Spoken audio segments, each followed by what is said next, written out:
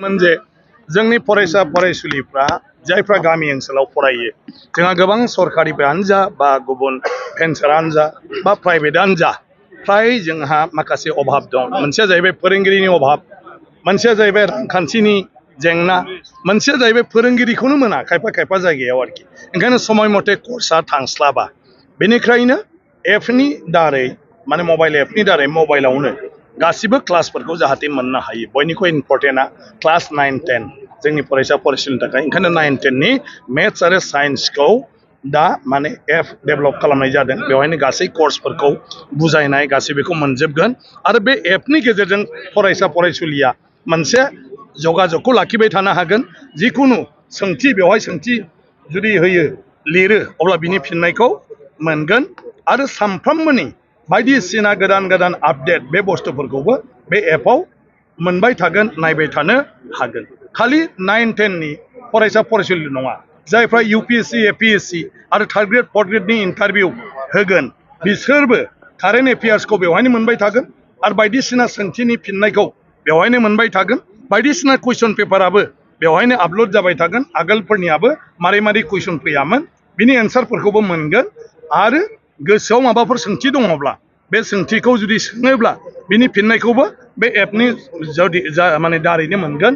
खारन बेखौ जायफ्रा सालायबाय थागोन बिसोरो गासिबो बेफोर प्रब्लेमखौ सल्भ खालामनानै होबाय थागोन। गतिके आं मिजिंथिदों बे एपखौ बाहायोब्ला बर' फरायसाफ्रा गोबां माने मुलाम्फा जागोन। ओंखायनो दिनै जों सौहानाय गासै फरायसालिनि फरायसा फरायसुलियारि फोरोंगिरिखौ हांख्रायहरनाय जादों आरो बिथांमोनहा जुदि दा सोलोङो गुबुनखौबो खोन्थायो अब्ला मोजां जागोन। ओमफ्राय बर' बिजोंनिखौ आंनि समस्थिल' नङा, बर' बिजोंखौ गासै दुलाराय बर' माने मिडियामनि फरायसा फरायसुलिफ्रानो बा जायफ्रा गोसो बिसोरनो डाउनलड खालामनानै लानानै बिसोर बेखौ बाहायनो हागोन आरो। गतिके सोरबा दिल्लीयाव था, सोरबा माने माबा अरुणाचलाव था, शिलंआव था, माबा था, बिसोरबो जुदि माबा मोनसे जाहोनाव उसुबिदायाव मास मोनसे थाहैनांदोंब्ला, मास मोननै थाहैनांदोंब्ला बे एपनि दारै बिसोरो माने मेथ्स आरो साइन्स आरो बायदिसिना जेनेरेल नलेजखौ बिसोरो बेवहायनो बे एपआव सोलोंबाय थानो हागोन बा मोनबाय थानो हागोन गासैबो आरोखि। गतिके आं सानो लाइमोनफोरनि थाखाय बे गोबां माने हेल्प जागोन। माथ्र' एसामिस मिडियामा अनलि आंनि समस्थियाल' बाहायनो हागोन। मानो होनोब्ला बेवहाय माने नेटवर्कनि माखासे प्रब्लेम फैगोन जुदि लाख लाख मानसिया बेखौ बाहायोब्ला। ओंखायनो भेरगाव आरो टंला समस्ति फुराना पानेरि खिन्थु दा बारायदेरबावबाय। ओंखायनो भेरगाव आरो टंला असमिया मिडियामा खालि बिनि स्टुडेन्टसाल' बाहायनो हागोन, बेखौ दस्रायाव बियो बाहायजानाय नङा। खिन्थु आं नाजादों जे उननि समफ्राव माखासे माने मेकानिजमखौ दिहुननानै बयबो माने असमिया मिडियामनि फरायसा फरायसुलिखौबो बे एपखौ बाहायनो हानाय खालामनो हायो नामा। सर मबे आइडियलजिजों सर नोङो बेखौ खुलि जागोन सर मोननै बेले बेले हा मबे आइडियलजिखौ सर नोङो बे कनसेप्टखौ लानानै बर'फोरनि थाखाय माबायदि सुबिदाखौ बिदि गोसोखांना खुलिनो हाखो?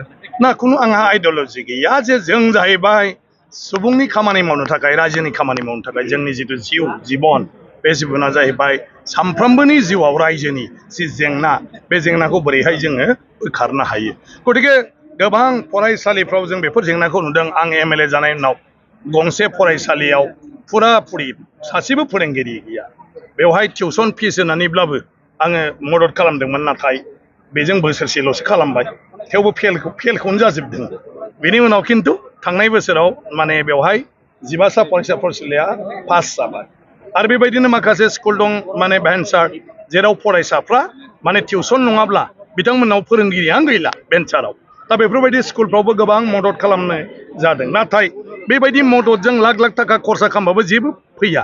बेनि उनाव आङो मोनथिनो मोनबाय जोंना बेखौ जायफ्रा डेभेलप खालामदों बिसोर आंनो सलिउसनखौ होबाय जे जों ओरै ओरै खालामनो हायो, खिन्थु एसे खरसा थांगोन। दा बे खरसा थांगोनखौ रायलायलायनानै आं नुबाय जे बेखिनि खरसाखौ आं एफर्ड खालामनो हायो। बे हिसाबै बिथांमोनखौ दायथ' होनानै दा बे मबाइल एपखौ बानायनाय जाबाय। जि जिनिसानोखि दा खेबसे रां गारबाय अदेबानि बियो माने कर्स सोलायागौ मानि बे सोलिबायनो थासिगोन आरो कर्स सोलायागौ मानि। ओमफ्राय गासिबो बे डेभेलपारफ्रा कन्टिनिउ माने बे माबाखौ मोनसे जायगानिफ्रायनो सानफ्रोमबो बयनिबो सोंनाय फिननायफोरखौ बिनिफ्रायनो हरबाय थागोन आरोखि, होबाय थागोन आरोखि।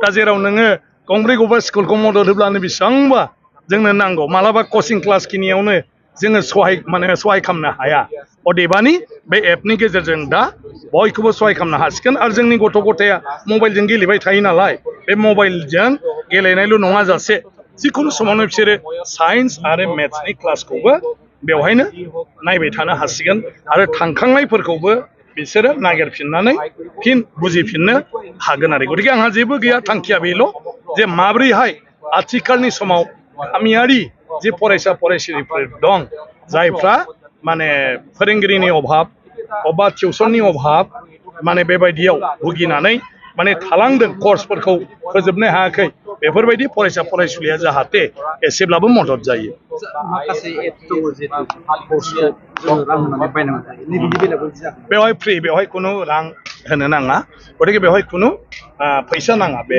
एपआव बेखौ इजियाव डाउनलड जागोन बे इजियावनो डाउनलड जाजोबगोन गासिबो गतिके बेवहाय खुनु थाखा फैसा होनांगौ गैया फिस होनांगौ गैया सार मोनसे लास्ट सोंथि खालामो सार गोबाङानो बेबायदि जोंनि बर'फ्रा फरायदोंल' थोङैनो नाथाय फिउचारनि थाखाय गोबां साननो रोङाखै आरो ग्रेजुवेसनजोंल' थांनांगौ फारसे लानांगौ होनना सानो एपिएससि इउपिएससि खालामनो थाखाय मा खालामनांगौ सार ना बिनि थाखाय जोङो गुदियावनो बिमा बिफाया माने साननांगौ मोनसे सिमां नुनांगौ जे फिसाखौ मा खालामनो लुगैमारदों डक्टर खालामनो ना इन्जिनियार खालामनो ना अफिसार खालामनो ना बिजनेसमेन खालामनो मायाव इन्टारेस्टेड आरो बे लाइनखौ खालामनांगौब्ला मा साबजेक्टफोरखौ गोसो होनांगोन बबे कर्सखौ बेबायदि जोङो फार्स्टआव गार्जेन खारन 5, 6, 7, 8, 9 फरायनाय गथ'आ बेफोरखौ मोनथिस्लाबजोबा नाथाय गार्जेना मोनथिगौ नालाय आरो मोनथियाब्लाबो मालायनिफ्राय सोंनानै मोनथिनानै लानांगौ आरो मोनथिनानै मालायनि साजेसन होनाय बायदि जोङो गथ' गथायखौ मायाव लुबैदों बिनि उनावहाय नोङो गथ' गथाया 10नि उनावहाय गाव गावनो साननो हानाय जागोन बिसिनि थांखिया सोलायनोबो हागौ बिमा बिफाया हास्थायनाय बायदि नाथाय अब्ला बिसोरखौ बे जि जानो नागिरदों जेखौ फरायनो नागिरदों जुदि गाइड होयोब्ला बेखौ आरो मदद होयोब्ला बे लाइनखौ होसोनो हायैनि खोथा गैया इउपिएससि एपिएससि जेबो गिदिर बाथ्रा नङा नाथाय जोंहा बेसिक माने जि मोनसे गियान थानांगौ बे गियान गैयैयाव जोङो बे बुस्थुखौ सरासनस्रा फरायसानि नङा खोमा होननानै जोङो सानो आरो गतिके इउपिएससि एपिएससिखौ सोलोंनांगौआब्ला जों बे स्कुल कलेजाव जेफोर फरायनाय बेफोरनिफ्रायनो बेबो फैजोबो आरोखि नाथाय खेबसेयावनो जिहेथु गोबांथार नलेजखौ बुथुमनांगौ जायो बिनि थाखाय जुदि खस्थ' खालामनानै फरायाबा बे एथबां गोरलै नङा दा जोङो जायफ्रा इउपिएससि एपिएससियाव बाहागो लानो सानो बिसोरो हायार सेकेन्डारि पास जानायनि उनावनो आरो मेट्रिकनिफ्राय हायोबाथ' मोजां जुदि बिमा बिफाया मदद होयो इनफरमेसन होयो बिजाब होफैयो बा मबाइलाव बबेखौ माने नागिरोबा चार्ज खालामोबा माखौ फरायनांगौ अब्लाथ' गाइड होलांबा बेवबो मोजां खारन एसे बेसिक नलेजखौ जोङो लालांनांगौ नाथाय डिग्रियाव फरायजेननायनिफ्रायनो जोङो बेसिक माखासे बिनि कर्सफोरखौ जोङो सोलोंलांनांगौ लेखाखौबो फरायलांनांगौ खारन नों जुदि इउपिएससि एपिएससि होनोब्ला ग्रेजुवेटआनो नोङो क्वालिफाइड बेवहाय खुनु पार्सेन्टेजनि खोथा गैया मेरिटनि खोथा गैया ओंखायनो सिम्पल नोङो फार्स्ट क्लास 60% टारगेट लाबानो जाबाय 45आव सेकेन्ड क्लास पास जाबाबो जेबो नङा नाथाय नोङो इउपिएससिनि थाखाय जुदि एसे प्रिपेयार जाखायोबा ग्रेजुवेट जानाय लोगो लोगोनो नोङो इउपिएससियाव माने प्रिलिमिनारिखौ हाखायोबा 1 बोसोर उनावनो नोङो माने मा होनो प्रिलिमिनारिखौ हैनो हानाय जाबाय प्रिलिमिनारियाव जि माने एग्जाम जायो बेखौ बोसोरसेयावनो हैनो हागोन आदारवाइज इउपिएससि एपिएससिनि कर्सआ जेनेरेलि 2 बोसोर होननानै साननानै लानाय जायो जोंनाव गोबां कनसेप्टफ्रा दा एसे माने माबाजोब आद्राजोब जों माने कचिंआव थाङो कचिंआव हरो दा सुपार 50 ना अदेबानि जों बोसोरसेनिल' होदों आरोखि खिन्थु बोसोरसेजों नोङो इउपिएससिनि एपिएससिनि प्रिपारेसना जाजोबनो हाया ओंखायनो बोसोरसेनिल' होननानै जों साननानै लायोब्ला खेबसे गादलिनबायथाय आरो बारे बारे जों नाजानो हानाय नङा ओंखायनो कर्सआ बोसोरनै माने मिनिमाम आरोथ' बोसोरथाम आरो मोजांबाव जेन'बा खिन्थु बैसोनि खोथा थाहैयो खैबार एग्जाम होगोन बिनि खोथा थाहैयो ओंखायनो जोङो गासिबो बेसिक बुस्थुफोरखौ जोङो हायार सेकेन्डारि पासनिफ्रायनो बेफोरखौ नागिरनांगौ खारन ग्रेजुवेटनि उनाव नों मा मावगौ आरो हायार सेकेन्डारिनिफ्राय नोङो लाइनखौ होसोनांगौ